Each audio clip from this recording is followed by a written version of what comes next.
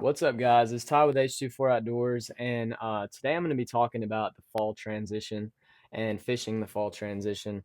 And I just want to start this off by saying, yes, this can be a good time, but this is also a really complicated and really challenging time to fish from what I've had in the past. But you can find fish. Don't get me wrong, it's not impossible, but it is going to be harder than probably the summer and the fall. This is like the weirdest transitional period in my point of view because it's hard to really get your finger on a certain thing. Like going from the spawn to like the summer patterns, it's pretty kind of more predictable, I'd say, than the fall transition. And it really changes by the lake, in my opinion. But yeah, so the first thing I have for you guys is find bait. Bait fish is a bass's number one priority right now.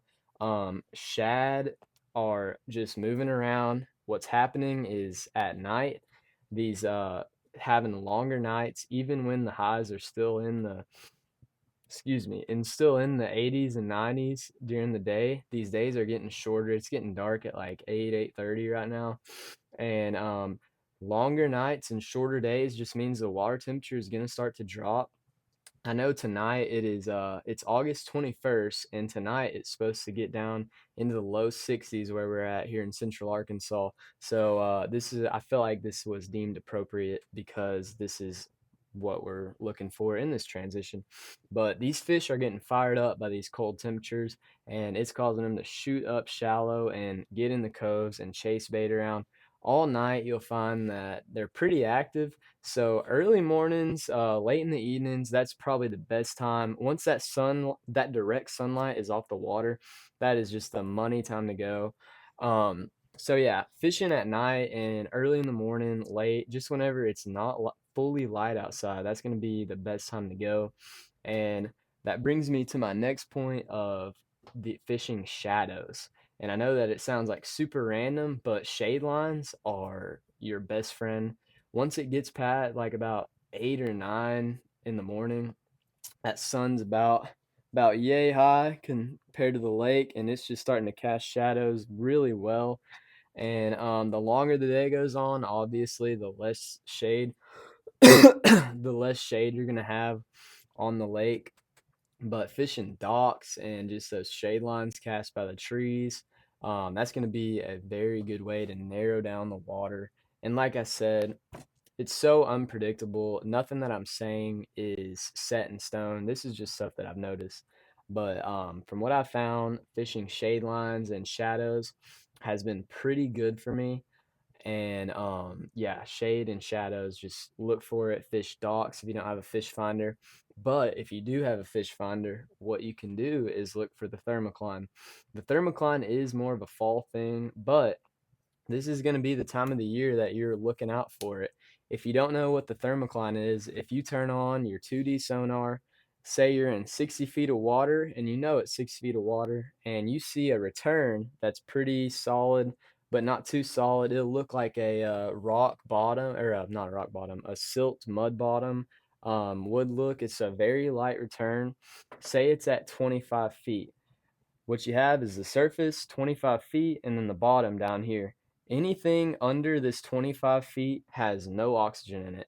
And no oxygen means no bass. So if the thermocline's at 25 feet, then you need to be fishing 25 feet and shallower.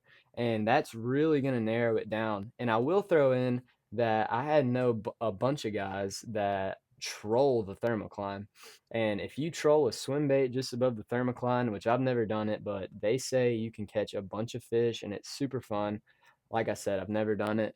Um, but the thermocline, that is a great way to narrow down the water, and don't go fishing super deep ledges if you know that the thermocline's only in 15 feet because there's going to be no oxygen. That's just a part of the lake turning over for the winter. But yeah, the thermocline will narrow it down for you. The next tip I have is to constantly be moving. These fish right now are constantly moving and chasing these bait fish, and basically just keep moving, keep looking. If you're not catching fish, be on the move because the fish are not going to wait on you. The only time that you're going to catch a fish, if it's dead for you, is when the fish come back through that area and there's going to be a pretty small window to catch them.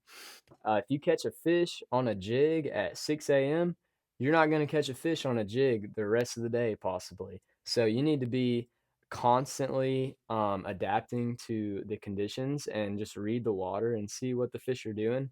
But your 6 a.m. pattern is not going to be what they're on at 9 or 10.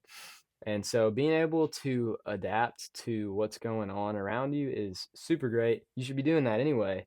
But especially this time of the year, if you get on a pattern, you're not on a pattern. You're on a pattern for a few minutes, and if it's a deeper pattern, then that'll hold way better than shallower patterns. And I would like to add before I go on, I forgot to mention during the shadow part, but another reason why those fish really like those shade lines is because when they're sitting in the shade line looking out, oh, drop my pen.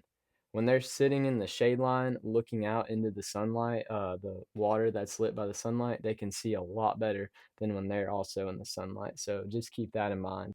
All right, guys, I just want to come on here and say thank you so much for watching.